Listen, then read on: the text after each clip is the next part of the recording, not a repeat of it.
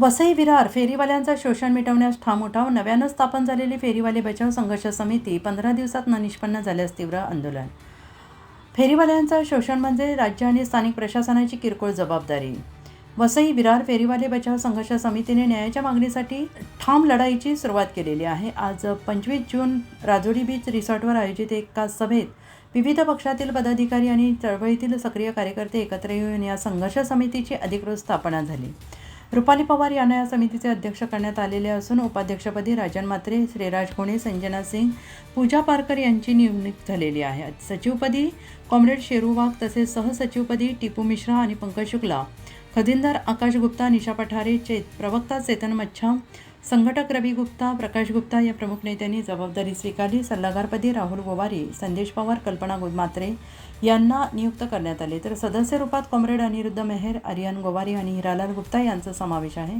सभेत वक्त्यांनी आक्रमक शब्दात स्थानिक प्रशासनावर घोर निष्क्रियतेमुळे असंख्य फेरीवाल्यांचे जीवोपार्जन संकटात टाकणाऱ्या धोरणांवर तीव्र निशाणा साधला आहे. ते म्हणाले की अनेक वर्षांपासून फेरीवाल्यांना मिळणारा आधार आणि बाजारपेठेत टिकण्याचा हक्क हे स्थानिक प्रशासन आणि बहुजन विकास आघाडी भारतीय जनता पक्षाच्या अपेक्षित जबाबदाऱ्यांचा फज्जा उडवणारे सिद्ध झाले. या नेत्यांनी ठाम इशारा दिला आहे की जर पुढील 15 दिवसात त्यांच्या मागण्यांकडे लक्ष दिलं नाही तर शांततेचे मार्ग संपतील, तीव्र आंदोलनाच्या मार्गावर जावं लागेल.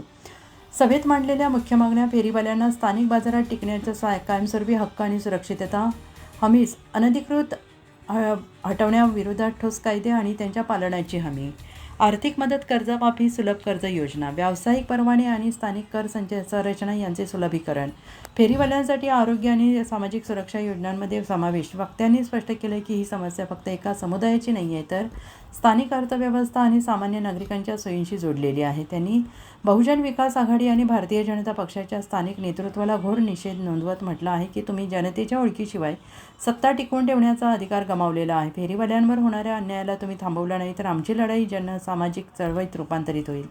समाप्तीच्या टप्प्यावर संघर्ष समितीनं ठरवलं की स्थानिक प्रशासनासोबत तातडीच्या बैठकीसाठी 7 दिवसांची मर्यादा देण्यात येईल. मागण्या पूर्ण न झाल्यास ठिकठिकाणी मोठ्या प्रमाणात निर्णायक आंदोलनाचं आवाहन केलं जाईल. पुढील कठोर कारवाईच्या आधी सर्व समुदाय आणि सामाजिक संस्थांना एकत्रित करून व्यापक मोहीम हाती घेतली जाईल.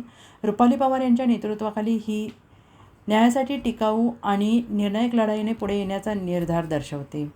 स्थानिक प्रशासनाने आणि राजकीय पक्षांनी त्वरित पावले उचलली नाही तर वसई विरारमध्ये सामाजिक अस्थिरतेचे वातावरण निर्माण होण्याची शक्यता आहे.